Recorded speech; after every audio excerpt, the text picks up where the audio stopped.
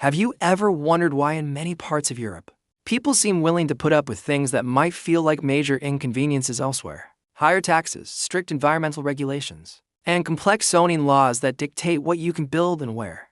It's not that Europeans enjoy inconvenience. Instead, it's about a deeply ingrained social contract, a shared understanding that minor personal sacrifices are often necessary for a major collective gain. This is the story of how that trade-off works and why it's central to the European way of life. This idea of the common good isn't new. It has roots stretching back centuries, from ancient philosophical debates in Greece and Rome to the Enlightenment thinkers, who championed the idea of a society built on reason and mutual obligation. The concept was further solidified in the formation of modern welfare states after World War II, a direct response to the devastation that showed the profound need for collective support systems. The core principle is simple: society as a whole can provide a higher quality of life, stability, and security for everyone if individuals contribute to the system. This means accepting certain limitations on absolute personal freedom or financial gain for the benefit of all. It's a philosophy that sees society not just as a collection of individuals, but as an interconnected community. Let's look at some concrete examples. Take environmental regulations. In many European cities, driving a car in the city center is either expensive or heavily restricted. Cities like London, Stockholm, and Milan have implemented congestion charges, while hundreds of others have established low-emission zones that ban older, more polluting vehicles. For an individual driver, this is an inconvenience.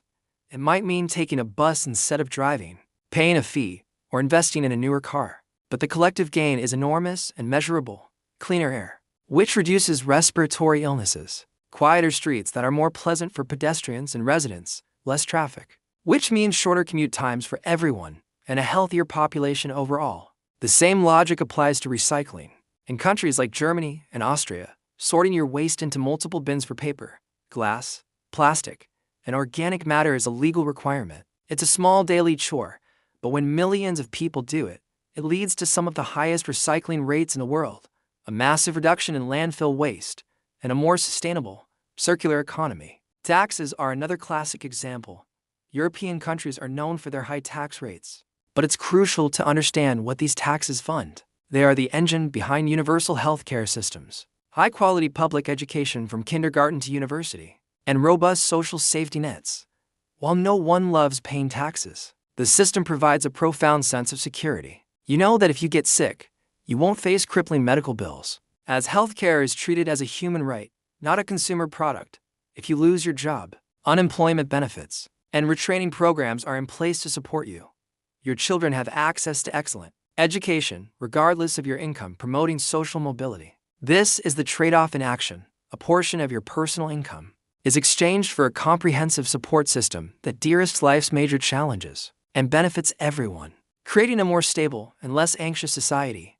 Zoning laws and urban planning offer a third, very visible example. In many historic European cities, there are famously strict rules about what can be built, what buildings must look like, and how land can be used. This can be frustrating for developers and homeowners who want to build bigger or more modern structures. However, these regulations are in place to protect the architectural heritage and unique character of these cities, which are themselves a collective cultural asset. These laws prevent uncontrolled sprawl and ensure that new developments are integrated harmoniously with the existing urban fabric. They mandate the inclusion of green spaces, public squares, and a mix of residential and commercial areas that create vibrant, walkable communities where people can live, work, and socialize without being entirely dependent on cars.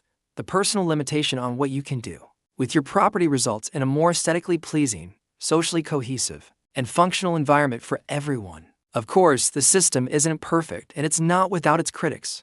There are constant and vigorous debates about where to draw the line between individual freedom and collective responsibility. How high should taxes be? How strict should regulations become? These are the questions that define European political discourse. But the underlying principle remains a powerful and resilient force in European society. It's a belief that we are all in this together, and that by accepting small, shared inconveniences, we can build a society that is healthier, more equitable, and ultimately, a better place to live for everyone. It's a different way of looking at the world, one where the common good is not just a lofty ideal, but a practical, everyday reality that shapes the continent.